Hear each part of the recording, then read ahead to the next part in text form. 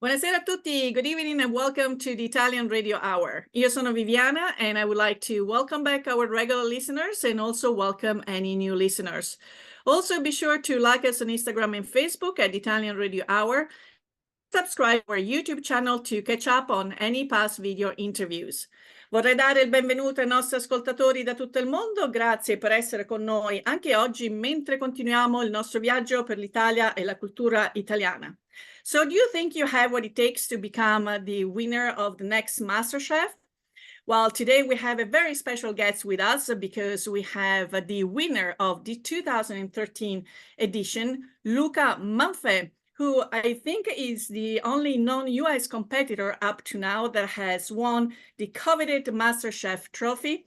He is a published cookbook author with My Italian Kitchen, favorite family recipes, and a very successful business owner with his catering business, Dinner with Luca.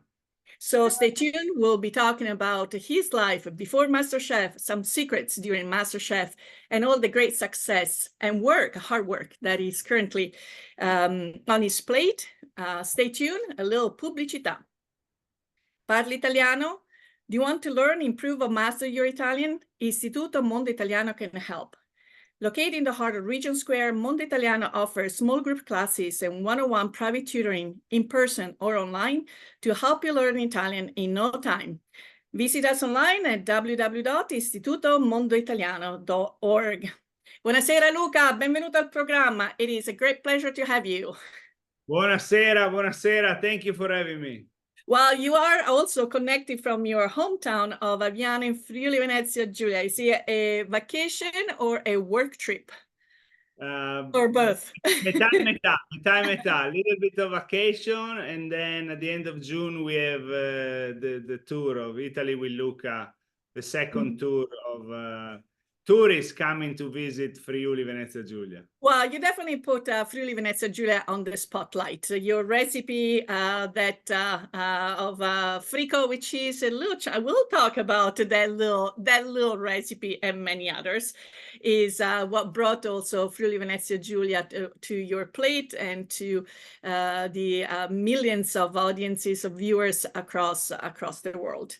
Let's talk a little bit about Friuli Venezia Giulia, because obviously you have groups coming, and I think it's one of Italy's best kept secrets because it offers everything, you know, from Aquileia, you can see fantastic museums, Trieste, Gorizia, Pordenone, Udine, Le Malghe. Tell us a little bit about what you love about your region.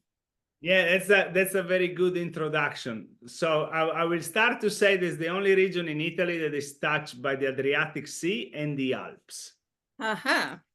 Very particular. In Trieste, on the Gulf, in a very nice, clear day, you can look up and you can see the Alps, which are almost 80 miles away. But in a clear day, you are standing on the sea and you can actually see the Alps. And over the road, you know, from the sea going up to the mountains, you have this very big variety of course, wine and food, right? We have a lot of seafood down at the sea. And you go up north, and then you're gonna have a lot of polenta and game meat. Wines, of course, are amazing. The east part of the region next to the border with Slovenia is famous everywhere in the world for their white wines. But as you mentioned, as far as museum and history and art, this is a very particular region because it's right in the middle of Europe. And this is why Aviano, my hometown, is home also of one of the largest United States Air Force base, because strategically, they can go very, very fast to anywhere from here, from North Africa to North Europe, East European, of course, and the Middle East. And this was also over the years. That's why you can find Roman ruins. Then you have a lot of different civilization during, you know, the Middle Ages. And is actually, you know, the part of Trieste, early 1900s was not even Italy yet. Was part of the Austrian-Hungarian kingdom. So because of that history and art, but also the languages that we speak are different. from regular Italian dialects. And also, of course, the food is inspired from all these different civilization. It's very, you said a hidden gem. I mean, a hidden secret. I agree with that. It's like, it's a hidden gem. And that's what I'm trying to do. You know, I'm trying to bring more tourists over here, because I know people go in Italy how many times in their lifetime, right? You know, if you're lucky, maybe once or twice, but so people like to focus on Rome and Venice and Tuscany and the Amalfi Coast. And I understand that on my part, because I'm from here and because how I know how beautiful this area is. Now we're bringing people. We're landing in Venice. Obviously, we're just an hour away from Venice, so it's important to, you know, to stay a couple of days in what I think one of the most beautiful cities in the world. But then I'll take you up to Friuli, the places that I'm sure you've never seen before. And because I'm a local, I grew up over here, and the tour operator we work with is a local. We're not going to the touristy places. We're going to the very niche, you know, winery, particular restaurants. You know, last time we were here in October, we had 2 Michelin star restaurants closed down just for us. Oh, mamma mia. Che onore. So, yeah, we have one in June now, starting at the end of June, and then 2 more next year. So actually, you know, when you were talking about Venice, beautiful, but that square in Trieste, Il Caffè degli Specchi, it is on a sunny day, just hanging out there and enjoying a coffee, which I want to talk a little bit about the great coffee culture in Trieste and all over Friuli, because you guys have some different naming conventions, right? You don't just go there and ask for espresso, the bicchiere, or I don't know, you have to remember. That's more in Trieste, yes, that's more in Trieste. Trieste are very particular about their coffee. But indeed, you're right about the Trieste Square. Yeah, there is Trieste and Naples are the only 2 squares in Italy that face into the sea. You are right. You can see from the square. It's one of the most beautiful squares in Europe. It is. And we actually, here in Pittsburgh, ironically, we do have, in the last few years, so we started to have a lot of professionals coming from Friuli because of some of the companies in the steel industry that have their U.S. headquarters just outside Pittsburgh. So all of a sudden now we have this concentration of people from that region. And it's a region that maybe, you know, we have already had an episode about Luigi del Bianco. So we're looking at Mount Rushmore, kind of one of the iconic monuments in the United States, and the head master of that chisel, the expressions in the faces, the eyes of the presidents is indeed Friuli. From maybe they should add the 4th face, and it would be Luca. Will be. Not yet, not yet. Not yet, not yet. Okay, so Luca, before coming to the United States, was United States your first kind of international, you decided to move to the US, or did you live somewhere else before doing this jump across the pond? No, America was the first one. Yes, 2003, the first time. I actually got there the first time because I had a job with Disney in Florida. Yeah. Experience. It was a cultural exchange program, so they gave you a visa to work and live in the States for 1 year, and then that was it. You know, that was just and a one-way ticket. Yeah, I mean, I went back. I went back and forth a few times for a few years. It's just that I got used and I liked the American lifestyle a lot. Yeah. And so then one of the many things so how did you develop this insane curiosity, not insane, but insatiable curiosity for food? By reading the book, obviously, it looks like you had some people that inspired you, some of the recipes, honor some of the women in your life. So take us back into maybe when Luca was this little, with Nonna cooking. Make us dream and smell what you were preparing together. So I don't have this memories of saying, oh, I used to cook when I was 6 years old, 8 years old. No, I always was around good food. Okay.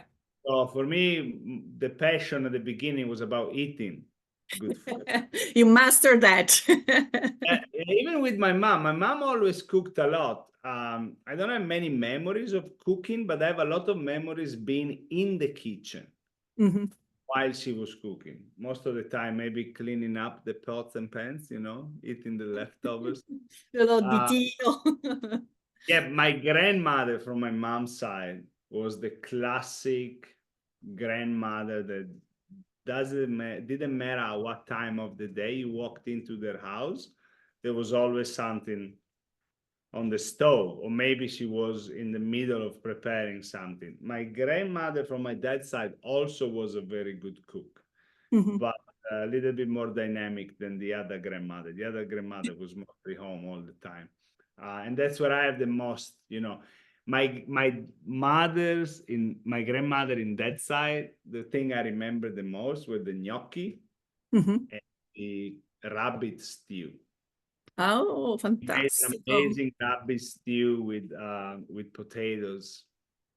And on the other side, there are countless recipes that I remember from my Nonna Anita was my grandmother from my mom's side. Anything from like desserts or fried eggplant. She would make pasta. Then I remember at Christmas Day we always had tortellini. Tortellini with the broth. So my mother, my mother worked all the time, but we would wake up in the morning to get ready to go to school, and she already had something on the stove, making food for us for when we came back, either for lunch or dinner. So, and we always like to cook a lot, and is always a big part in general, I believe, in Italian culture and Italian families, sitting down at the table on a regular day, on our holidays especially, is always a big occasion. There's always a lot of food around, and most of the time there's always a lot of good food. I remember, holidays, long tables, the cousins come over, the aunts and uncles. So that was the start, Then I found myself in the restaurant industry just because I would say it was the easiest job to get. When I was in Italy, I started working as a server, but because I quit high school, I didn't finish high school, and that was actually the easiest job to get. So I did work on summer season before leaving school, and when I told my parents I didn't want to go back to school, I was maybe 15, and my dad was like, no problem, I got you. And they had a friend that used to be construction, right? She used to have a construction company. So he sent me all summertime to work in a construction site. And that was a very heavy job. Very physical, I would imagine. Very physical. So I decided to go back to school. But that didn't last. Even next summer season, I was working serving tables here in Aviano, actually. And then when I quit, I just started to do that full time. Then I did other jobs before I left to America. But when I came to America, I started as a server, and that was much easier than in Italy. You used to work a lot less and make a lot of more money. Because the restaurant industry is not based on tips over here in America. I mean, over here in Italy. So taxes were very high, even if we're talking about like almost 30 years ago. So you would work a lot. That was the salary, and those were the hours that we were expected to work. Nothing changed, unfortunately, which in America, you know, you work your 40, maybe 45 hours, you make a lot of money in tips. So for me, it was an easy choice, you know. So when the contract was over with Disney, I came back over here for a summertime, and then I left again. That time I actually went to Australia, where life was very beautiful. I liked the lifestyle in Sydney. We would go to the beach pretty often. Bondi Beach. I remember I was in Australia, Bondi Beach. That's the one I remember. Near Sydney. It was a great time over there because, like, you in your days off, you were. Sydney is a very particular city because it's like a very cosmopolitan metropolis. A lot of people, very fancy. But in less than 15 minutes, you have some of the most beautiful beaches in the world. You said Bondi, there's Maroubra, Coogee, just near the city, the business district. That was nice. I liked it. But at that stage of my life, things in America were a little bit easier. You make more money working as a server. And also most of my friends, or many of my friends, from Florida, where they used to work together, they also moved to the States. And when I went to New York a couple of years later, there was actually a giant community of people that either work with me in Florida at the same time, or they were there before us. So we had a lot of things in common, and I like that a lot. And I think, you know, it's about stages of life, because New York for me at that time was just perfect. And that's when everything started, because I kept on working in the restaurant business as a server first. Then I became a manager, and I got to work in many different restaurants. And I think that was the key at the end, also for my MasterChef journey and afterwards. Because even if I was a front of the house guy, even if I only worked, you know, as a server or a manager, I was in direct contact with a lot of different foods, a lot of very good foods, and also different cuisines, and also working with different chefs. You know, they all have a different techniques, different input, and different vision on the food that they present. So that was, you know, I think very important for me. And even if at that time my resume looked like a mess, because I jumped from restaurant sometimes I got tired very, very easy in 6-9 months, you know. And sometimes you go to interviews and they say, well, you know, this doesn't look very good because you can't stay to the same place for a long time. And at the end, that for me was actually a positive, because I really work, you know, of course, Italian restaurants, but not just like regular casual Italian restaurant. I work in Michelin star restaurants in the city. And then I work in French restaurants, from fancy to the brasseries. And even like my favorite restaurant where I work at was actually Japanese. See, this Italian guy coming from an 8,000 people town in Manhattan, in this very fancy restaurant, working with ingredients that he never saw in his life before. So that was like a good, you know, start for... Back then, I had no idea what I wanted to do. You know, I was happy to work, make money, and have fun in New York. And then slowly things started to progress, to material. Well, let's take a peek on your progression within Master. And then we'll comment on that. So now we have to, and you will hear in the video, the edition that Luca ended up winning was his second attempt to get into that competition. So let's watch this clip, and then we'll ask some more questions. It's me! My name is Luca, I'm 31 years old. Originally, I'm from Aviano, Italy, and I'm a restaurant manager.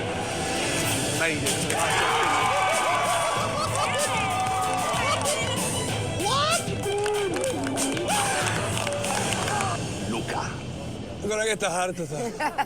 At the beginning, I really started from the bottom. Why don't you explain your soup? It's a risotto. Say that again. It's a risotto. Why does it look like a bowl of soup? I made a mistake on the presentation. But then I fought back every time. Luca. Luca. Yes. Luca. Luca. Yes. You're really seriously hitting the mark. I was improving day after day. How do you say? On the money. Great job. Thank you. Seriously. We cook in so many different situations. Come on, Luca. How I'm gonna cut the crab? I'm gonna cut a finger off, I'm sure. And I'm praying, God. You know me and crab don't have a great relationship. That's a pickle, right? That's not a peacock. What is this? That's a turkey. I don't get it. You gotta catch it. I don't catch a turkey. Luca, you look confused. Yeah, no offense, but I never eat Mexican. I don't know what to make of you, so you're gonna just be beauty. Stop, come here. You're not only picking your ingredient, but you're giving Luca his as well. Luca, which one are you scared of having to cook with? I think that making out something awesome with the cheese is not easy. Really? I would love to cook with the cheese. Oh, it's so heavy. You got him. Hold on to him. Luca!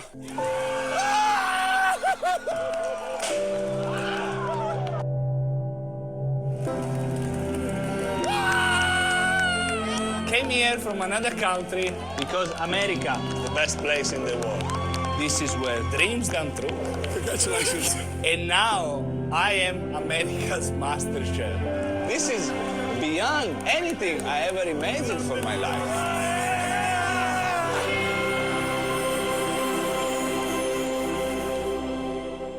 Well, if that is not the American dream, I don't know what it would define it. And before we get into MasterChef, and I still get teary. That was when I sent you I reached out to you immediately because I actually just saw this edition recently. Okay. So to me, you're like as if you're in my living room. Hey, Luca, I was talking to my husband. I'm going to talk to Luca. It's like, well, you haven't met him yet. I'm like, I feel his presence. And let's talk about your beautiful wife.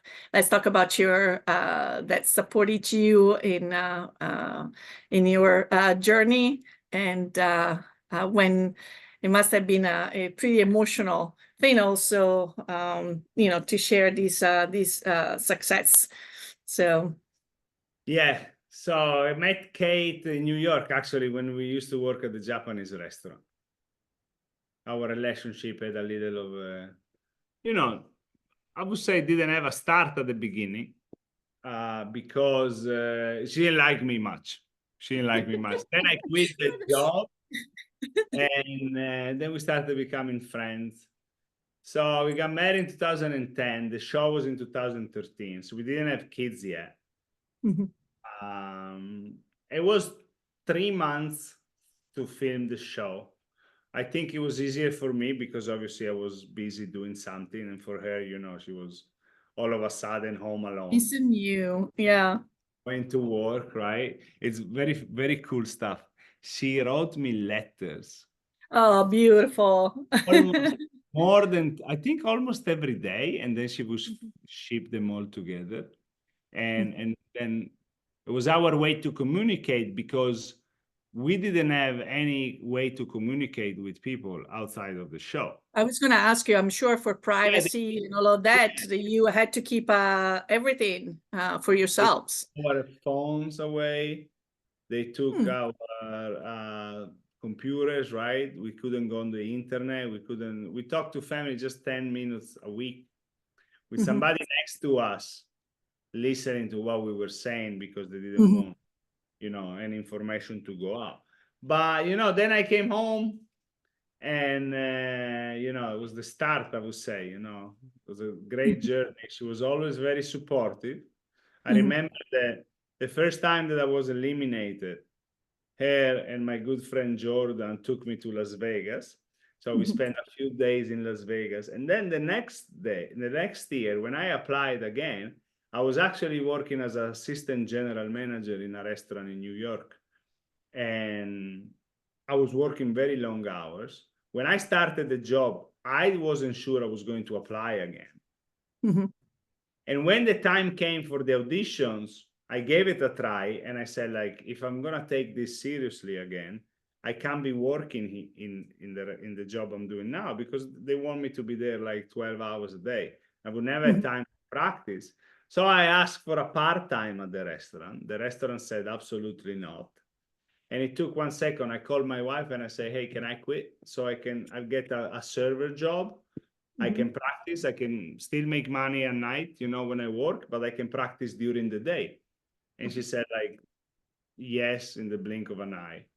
Oh yeah, we're a great team. We talked about a couple of days ago. We were talking about the kids and everything. It's like, no, we're a great team. She was always been supportive. She helped me grow a lot. When I found her there was a moment of my life where I was a little bit lost. And yeah, now it's 13 years later, 2 kids. Two kids. I think one kind of coincided a little bit right after or around the winning. So I guess along with the success, there was an extra prize put into the win. When the finale was on, when the show was on, she was already pregnant. Yeah. Okay. Now you mentioned something, because, obviously what we get to see is these grueling cooking challenges that we think they come from nowhere. And again, feel free to share what you can. But I'm getting the understanding that in between what we get to see, the home cooks either practice or learn. I mean, almost feels like there might be some sort of coaching behind to improve your skills, because we hear, oh, you have improved a lot in this journey, and if you were only to cook what you without feedback except for the dishes that you bring. So can you tell us what actually happens when you're not filming? So I think that, first of all, the biggest improvement comes because being amateur cooks, each of us find themselves for the first time in their lives really cooking every day. And that happens six days a week. That's the filming. Okay. So I believe that the improvement also, as far like even something as easy as knife skills, it happens because we are on set and we are cooking, and also we're cooking in a very extreme way. Like we need to be fast. We need to be focused. We need to do a lot of things at the same time, which at the beginning, that 60 minutes seems like a very short time when you are on the show, but then you actually get used to it and you learn how to organize yourself, organize your time, and understand what you can try to do and something that would be absolutely impossible to do. But sometimes you try it anyway because it's part of the challenge. There is a lot of free time. So what you see on the TV, those 60 minutes that they say that the clock says, that 60 minutes, that's what actually we have the time to cook. Usually after that, after we're done cooking and we're done with the tasting, there are the interviews, right? Because interviews are made all afterwards. The ones that plug in throughout the show then. Yeah, there were 3 interview rooms. So obviously not everybody can go in the interview room at the same time. So that was actually our free time. And we had another kitchen separate from the MasterChef kitchen that was set up just for us to really just practice. And we could practice on anything that we wanted. There was a fridge, there was a pantry, and the culinary team on MasterChef, or any of those culinary shows like Top Chefs or something in the Food Network, there's a big team behind it. So a couple of chefs were there to assist us and give us advice, and we would ask them, more you want to learn, and usually more question you ask. So that was the approach. So we got to do that, and then once a week we had a few hours of cooking classes. But the cooking classes were only on Sunday. They were supposed to be our day off, and they were about basic cooking skills. because at the end of the day, it's a cooking competition, right? But they don't want too many people to look completely like a fool. Okay. So they would give us basic training. I don't know, how to sear a steak properly, or how to make a cake, how to make a pie, right? But none of the things that were taught in the class were presented like things you were doing on the show. Sure. So we never knew what was coming out. You know, after a while, we may got an idea. Okay, we're making pie crust today. They want us to be, you know, somewhat prepared to make a pie crust. At the end of the day, though, like, if you took the competition seriously, practicing to make a pie crust at the cooking class over there was not going to be enough. Never took the competition seriously, practice on their own in their house before they left for Los Angeles.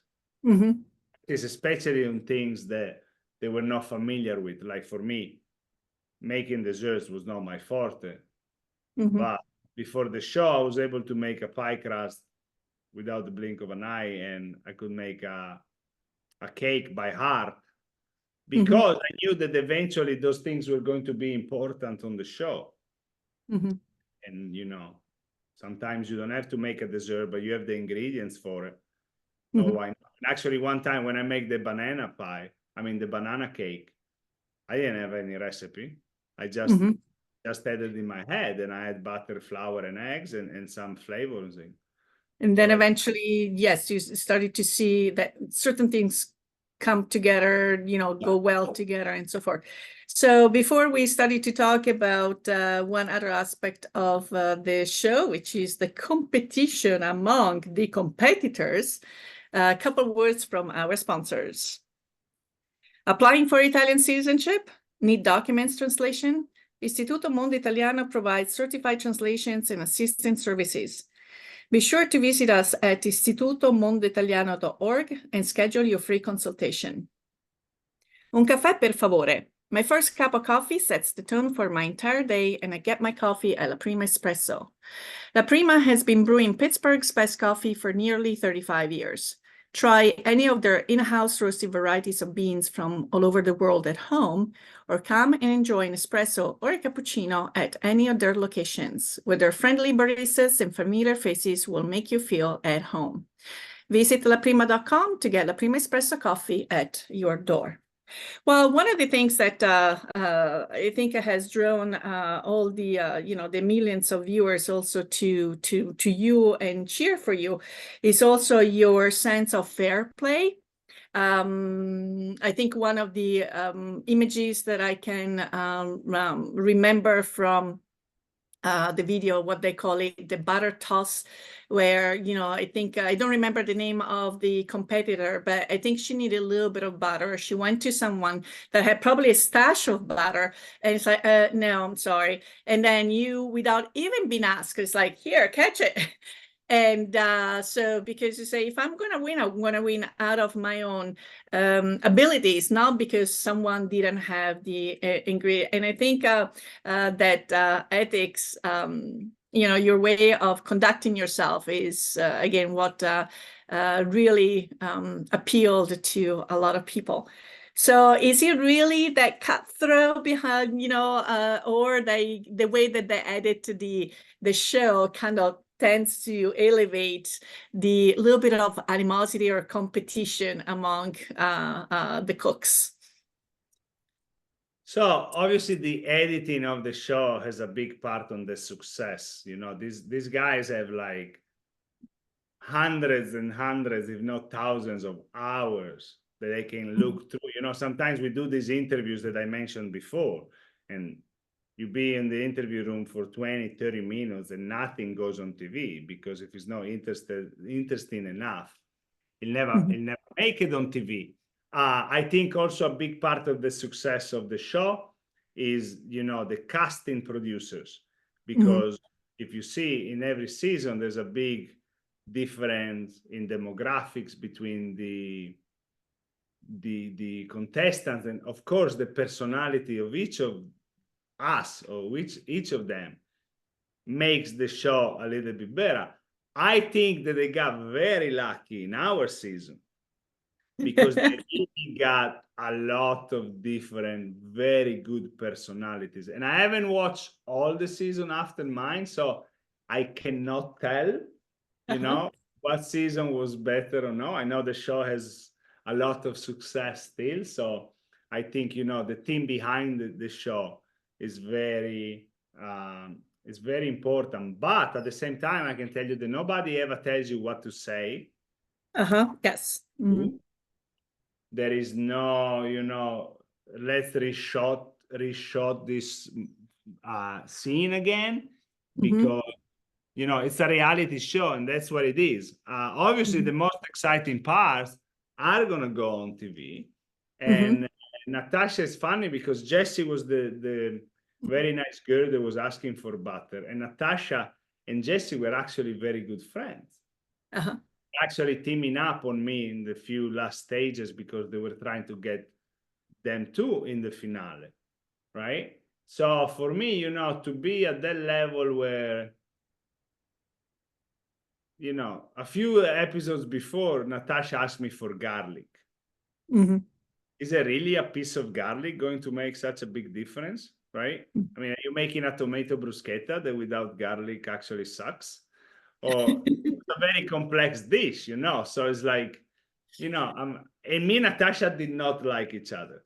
I still get the garlic, you know. It's also a way that you want to portray yourself, you know. I believe in me, you know, I think I'm a nice guy. I didn't do it just because I know it was going to be on TV, but I can't say that I didn't think about it, how it was going to look on TV, right? But for the butter was the same thing. It's like, what, you know, you're not making a cake. A tiny bit of butter is not going to change your dish so much. And at the end of the day, actually, really, I think damage her more than actually help her. I didn't know what she was going to do with it, but she was cooking a steak that didn't need any butter because it was a Wagyu steak from Japan, and the fat content of that breed of beef is so high that she didn't need the butter. So at the end of the day, I gave that. People like that. What I like about that is also that I think it kind of set the tone for the next seasons after mine. Because I remember season 2 and 3 to be very fierce and to be a lot of very harsh competition. After my season, though, there was more episodes where contestants shared ingredients more than they ever happened before, and I believe it was because of that. You set the example. You can still be a competition, but you don't need to be the. Yeah, non devi fare lo scambetto. You don't have to. It's like when you play soccer that you push the guy that is always already falling by himself. You know, it's like. I think it's better for everybody if there's a fair competition. Well, obviously, we talked about the competitors, so we cannot not talk about the judges. So, you know, what, the way that Gordon Ramsay says beautiful, delicious is unique, Joe. And so tell us a little bit about, I mean, Gordon gets pretty kind of excited when you have when you do the restaurant takeover, because at that point you have clients waiting, and there are certain things that there is no patience for, there is no time for. They are paying, customers, or in this case, voting customers. So things have to occur within certain expectations. But I don't know, it doesn't come across to me as that scary. Am I just maybe a little naive, or is someone to be really afraid of? I mean, obviously his expertise and his knowledge is daunting, so any feedback from him needs to be taken. And but is he really as mean as they want to portray him? So he has a reputation of being the mean guy. He actually, you know, before television, he became famous because he had 3 Michelin stars, but also because he was very abusive to his staff. Okay. That's how he actually became famous, right? And then in TV, he found, you know, a second career basically, because he was already one of the best chefs in the world, and then he became one of the best TV shows, if not the best TV host in the world, right? And you can see his different personalities, but also you can see how good he is in doing TV. The Hell's Kitchen guy is the one that you would be scared of, and I think that would resemble more what it used to be in the kitchen back then.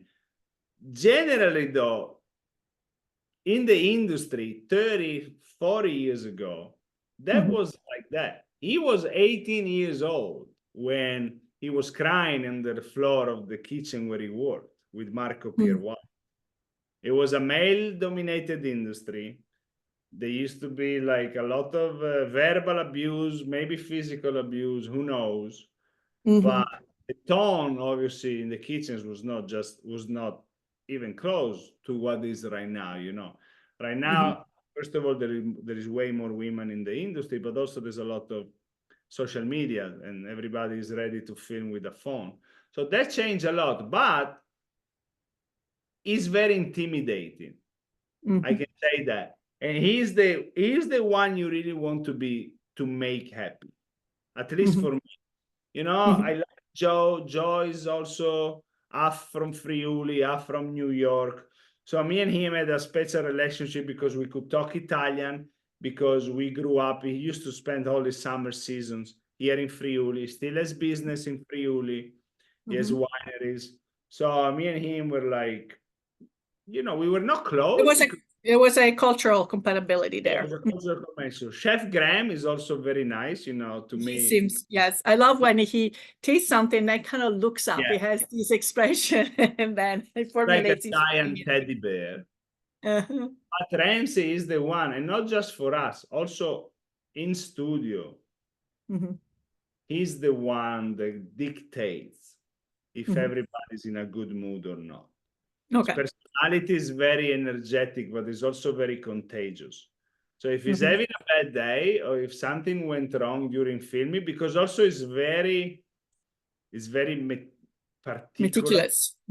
Meticulous, yes. He's a very hard worker, and you know, if there's something that goes wrong during filming, if he sees that they're wasting too much time, because he's also one of the executive producers, so he has a big, you know, weight on his shoulders, but also is the big boss, you know. He's the show.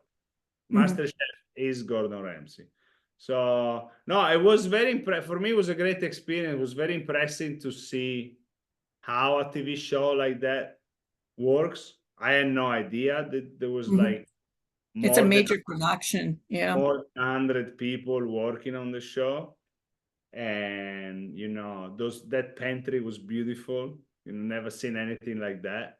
So, but he can be, but I think, you know, you see him with MasterChef Junior with the kids, right? Yeah. So you see him on social media too now. He has a young kid. I think Oscar is like 5 or 6 years old. Yeah, we see it came to I think back in the day, he was the main guy, but now Okay, so well, let's describe us. So there is a lot of hard work obviously that goes into there.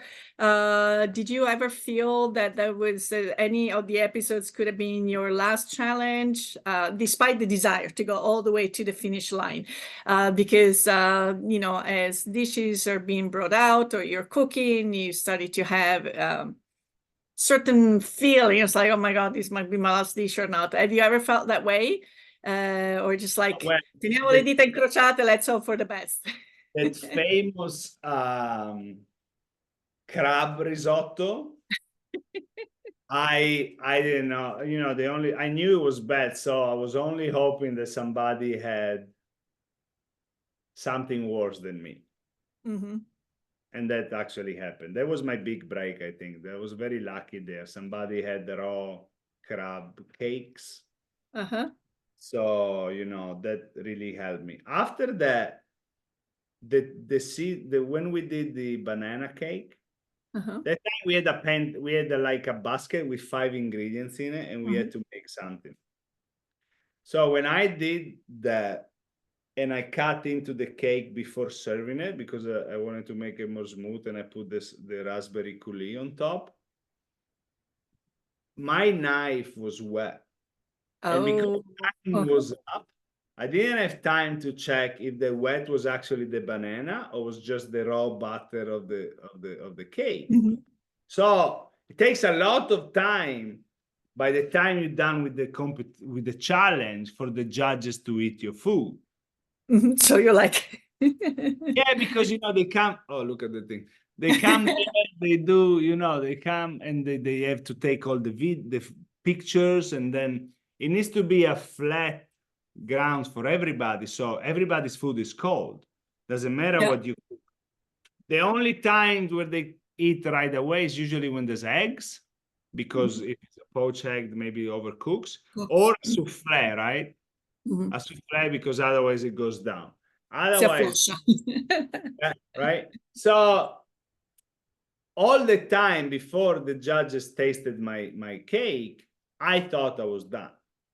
I actually wrote a diary. I have a diary that I wrote almost like I was speaking to my wife every night, because we could not speak to each other. And I still have it. Maybe I publish it one day. I was going to say book number 2.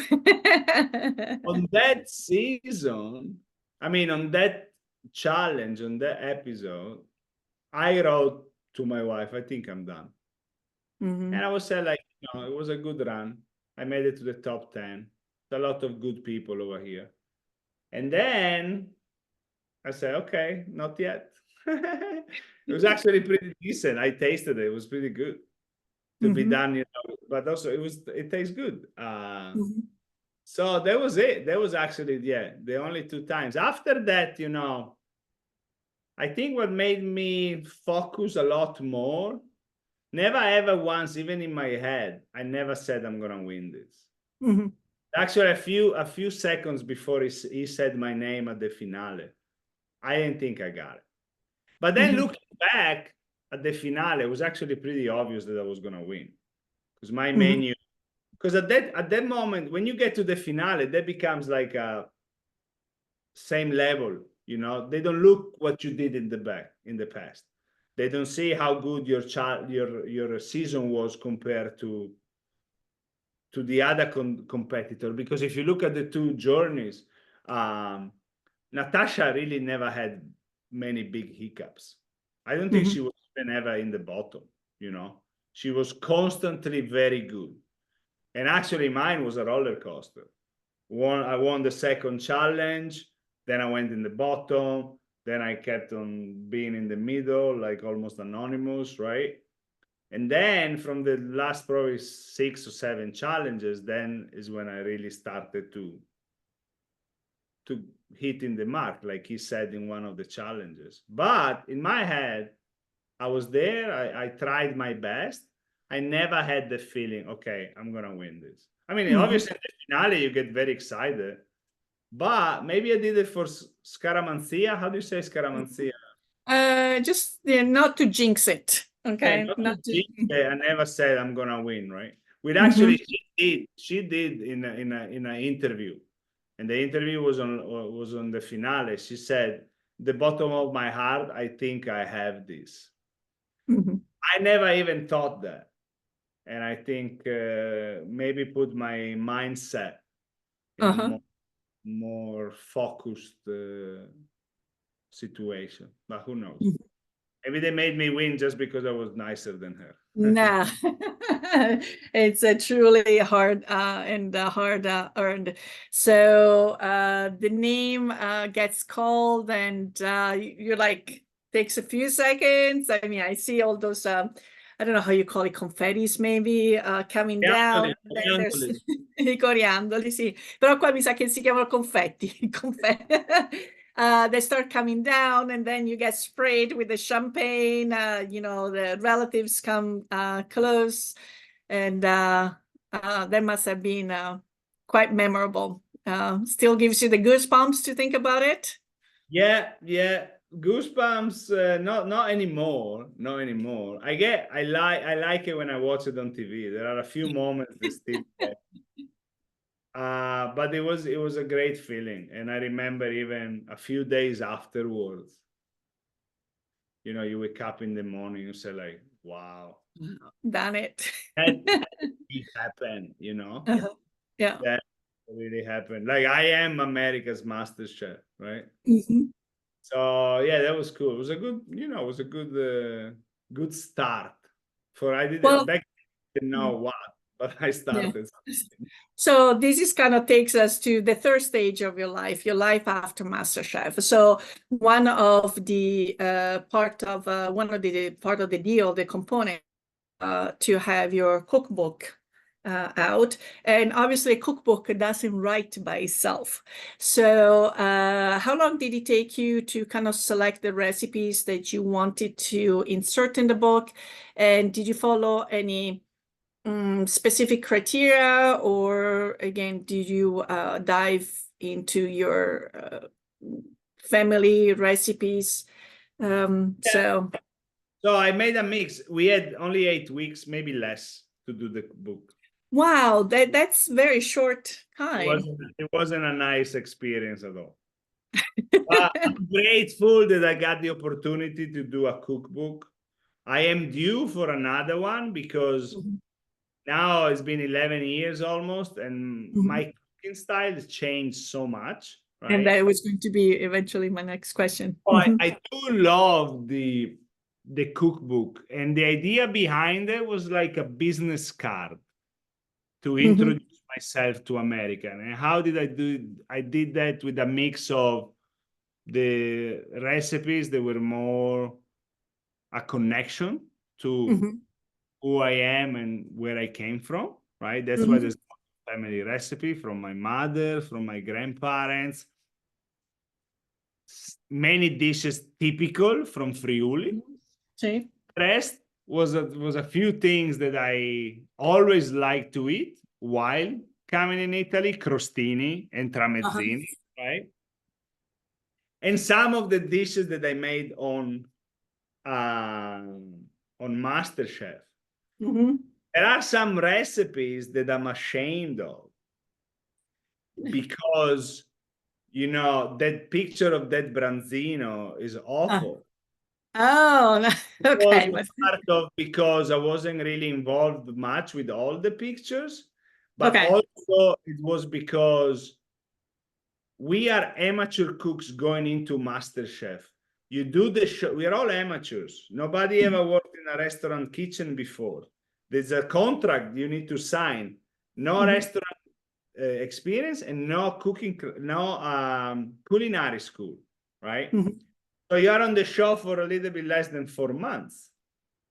After that, Luca, go ahead and make 80 recipes and cookbook ready in 2 months. So, that's the part that people don't understand much is like, and I now obviously I can't go back. It's easy to look at things like that when it happened to your skin, right? But it's like, when are you going to open a restaurant after you just won a reality show? I believe that people don't really put a lot of thought in it, right? You go and do medical school, even if being a doctor is much harder than being a chef, right? But still, do you go to medical school for 4 months and then you go practice? Or even just regular jobs as a plumber or as a carpenter or as a butcher, right? Are you going to practice in a reality show for 4 months and then become a butcher? So bottom line for me is like, people that go into MasterChef, they're not chefs. Yeah. And if you are the winner, if you're second, third, or fifth, or whatever, you are not, right? I consider myself one right now, but because I have 11 years under my Years belt. behind your belt, yes. Mm-hmm. So that's why sometimes I look at the cookbook and I wish that things were done in a separate way. Or if I look at my past, I wish that after the show, I didn't focus on becoming a chef. Mm-hmm. I should have focused to learn to be a cook first, and then figure out with the show what things I could have done. You know, instead I jumped right into it. I'm gonna be a chef. This is what I'm gonna be. This is what I'm gonna do. And you know, I made a few mistakes, and now I know. I'm Well, happy but it's I also, am. yeah, but it's kind of the ingenuity. I think looking at the desire to open a restaurant, the restaurant is a major enterprise where the cooking part of it, then I think is maybe 10% versus the whole business and the management and the hiring stuff. I mean, it's so other people might enjoy the education portion of the cooking where they wanted to show others, or maybe some others find their niche as yourself to maybe both. Let's talk a little bit about Dinner with Luca, where also your personality blossoms in wanting to make people happy, sharing your recipes, your foods. You have done also some collaborations with videos where you have some tricks of the trade that you shared.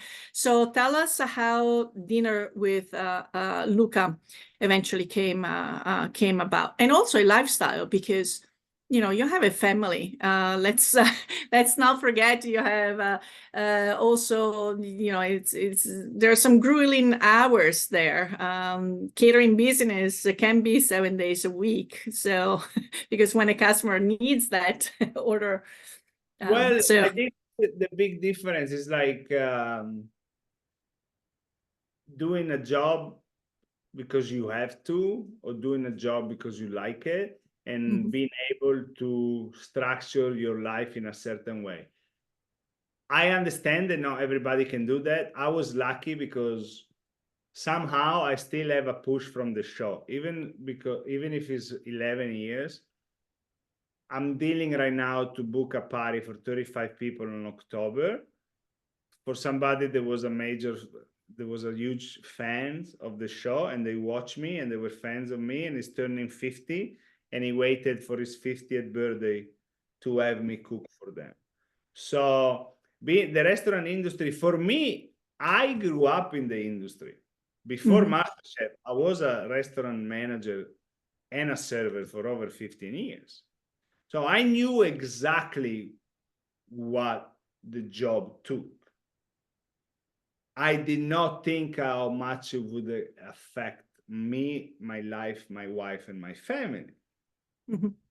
That's why right after the show, I said, I'm going to do it. I always wanted to do a restaurant. Now it's going to be much easier. Doesn't work like that. It was hard even, you know, people, yeah, they throw money at you, but then they realize that you're not really a restaurateur and you're not really a chef. You're just somebody who has a bit of experience in the industry, but doesn't really know, you know, how to run the business. As you said, it's a major enterprise. I did start with a food truck. And that was the time when I realized that I didn't want to do the restaurant anymore. At that time, Luca was born. We opened the truck in November. Valentino was born in February. And 6 months into Valentino's life, I realized I was never home and I never saw the kid. And I said, yeah, this is not going to work. And after just like 6 months later, I closed the truck down. And it was a big wake-up call. And I say, you got to do something else, because you can't be a restaurateur and a restaurant man. Then I understand maybe there are many people that can do it. But the beginning, it was tough for everybody. Even for Danny Meyer, that now owns a public traded company, right? And he has like 30 plus restaurants all over the world. It was tough. The beginning is tough for everybody. It takes time to get, you know, to a certain level where you don't have to work much, right? But also takes a lot of time. You know, not everybody can get to that place, you know, many people working. So Dinner with Luca actually started before even the show was over. Okay. It started because somebody asked me to cook for them. They watched the show. They were coming in vacation from Los Angeles to New York. The kids were very big friends of mine. I mean, very big fan of mine. The father emailed me and he said, "Can you surprise them with a dinner?" And I said, "You gotta just rent an apartment with a kitchen, and we can do." So we spent the day together. We went to the farmer's market. We got the food. We cooked at night. And then after that, I was like, okay, there is an opportunity here. So by the time the show was over, we launched the website. The day that the website was over, was launched, the night of the finale, request for Dinner with Luca came for the next like 6 months. Okay. So that was great. And then that's the thing that's been constant. I was in New York, then in Houston, then in Dallas. And now I'm in the Poconos. And believe it or not, the business has never been so busy because Poconos are a destination, because people come from Pittsburgh or Philadelphia, New Jersey, New York, Long Island, Connecticut. They come to spend the weekends. On winter, they can go skiing, they can go snow tubing. There's water parks that are open 12 months a year because they're indoor, right? And then in summer, there is an outdoors water park. There's lots of wineries, even if I do not like the wine from Pennsylvania, but the wineries are very busy. People can come hiking and going in the lakes, canoeing in the rivers.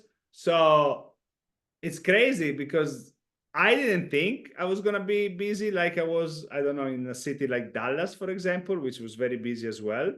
But now I get not only the people visiting from Poconos, but I get to drive to Philadelphia. I go to Bucks County a lot, like the Doylestown area is very busy for us. I drive into New Jersey. So it's really cool also because I'm proud of what we do. I'm proud of the food we serve, right? But like you mentioned before, it is a catering business, but we only do weekends. Okay. Hosted Friday and Saturdays. During the week, I'm busy with other projects. They can be from online cooking classes to selling my knives, the tour, organizing the tours for Italy, but also I work a lot on social media. I work on Instagram. Yeah, I see. And there are some other people demanding some of your time. Yeah. This was in New York. That was a few years ago. Yes. And if you ever drive through Pittsburgh, make sure to connect. Luca, I have a couple of questions about the recipes in your cookbook, and then we talked about the trips, but also Dinner with Luca is where you can again find what Luca is up to, not only as far as the cooking, but the amazing trips. So how long are typically your trips? You can edit this, right? I'm sorry. You can edit? No? I'm sorry. Mama, we go straight as is. So it's the beauty of life. Se c'è qualcuno da Mom came down with the phone. She's talking on the phone. Non c'è problema. Conosciamo anche la mamma se vuole farsi vedere. She still didn't hear. She still didn't hear. She's so shy. All right, good. So the trips are usually about 10 days. Yeah, we try next year. We're going to launch another one that is going to be 7 days, just because we want to target a different demographic. Okay. Because now we're doing 10 days. It's only 4-star hotel. We're doing trips in 2 Michelin star restaurants. So it was pricey. It was not like we've done some research, and there are trips that they go like for $15,000-$20,000. We are not that expensive, but still, it's $6,000 per person plus flight, so it's not cheap. So we understand that. So we want to also get the opportunity to have a similar tour Uh-huh. for a cheaper price. So we're gonna do 7 days. Mm-hmm. And then yeah, we have another trip next year. Next year we also launch in Sicily. Oh, okay. Mm-hmm. Because the first group they came with us last year, the 25 people, they kind of requested us to build something for Sicily, because our tour guide Giovanni is a native from Friuli, he's from Duino, so near Trieste, but his parents are both from Sicily. Okay, so that's the connection. Giovanni knows Sicily inside out, because not only he grew up there during the summer season, he would always go there, but he has been tour operator for 25 years. So he went to Sicily many times. So next year, Italy with Luca will not focus just on Friuli, but we're going to start to go into the rest of Italy as well, but always keeping it in the unique, like from the perspective of a local, someone that is very knowledgeable about the traditions, the places, and so we're going to touch Rome, but then we go more into the inner land, right? Absolutely. Umbria, Le Marche, places like Orvieto, right? Same thing with Tuscany. Yes, we're going to touch Florence, but then we go in the places where maybe when you go and travel on your own, they're much harder to get to. Okay, so I do have, again, I said I had a question about your, first of all, praise on the mushroom and mascarpone quadrati, which I have done and is delicious. Then I have a question on my next adventure is going to be your caprese panna cotta being my favorite dessert with your basil sugar. And I have a question about the plum tomatoes. The plum tomatoes of a can or the fresh plum tomatoes? No, they're fresh, but They're don't fresh, make, no, I don't make that dessert anymore, but that's an example, right? On the show, and Joe said it, Joe Bastiani said it, like, if you eat all the components separately, this dessert, it's okay. If you eat all together, then it makes a little bit of sense. I think that they were more intrigued by the composition of the dessert, the fact that savory components that usually are in an appetizer into a dessert, right? Many people ask for that dessert after the show, and I would say after maybe 6 or 7 months, I stopped doing it. Okay. Stopped doing it because I didn't like it anymore. Okay, you change your. The only dish I actually still make from the show is the short ribs. Okay, yeah, absolutely. Also, I do a lot of the pasta. I just improve them a lot. I change some ingredients. The panna cotta now, when I make it, it is delicious. It doesn't have a tomato jam anymore. It has a tomato gel. So it's just like plain tomato juice from cherry tomatoes that I reduce a little bit, and then I mix with some agar-agar to give a consistency, and some powdered sugar. So it's a sweet tomato juice. And then the mascarpone cream with honey, it became exactly the cream that I make for the tiramisu. So it has the volume with the eggs and put a touch of vanilla in it. And then these 3 components needed something to stay together. And I'm making drops. It's a different also presentation. I make a lemon curd. So there's the acidity that kind of brings all the other things together.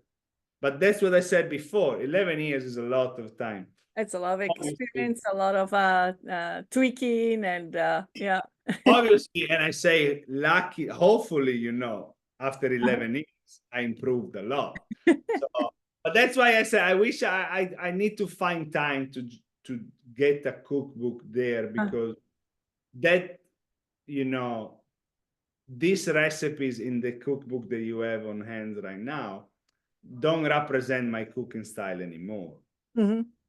So it is time to make another one, but it takes time. It takes time, but obviously, I think people that purchase the book do put it in context. So that was the Luca of those years, and I have to say that frico is as simple as it sounds.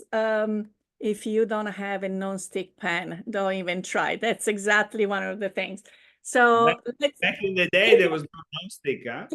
Keep your fingers crossed, because it's been kind of seen a little bit here. You gotta be gentle with me. That's awesome!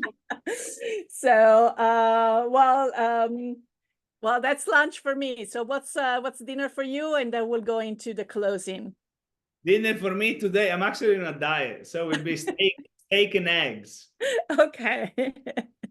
I'm doing the keto diet, so I gotta, in Italy it's hard, but I'm doing very good.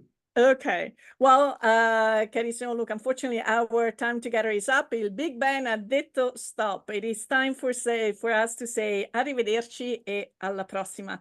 We want to thank you for tuning in into the program. If you have any questions or comments, or if you have any topics you would like us to address, please contact us at the italianradiohour@gmail.com. We would love to hear from you.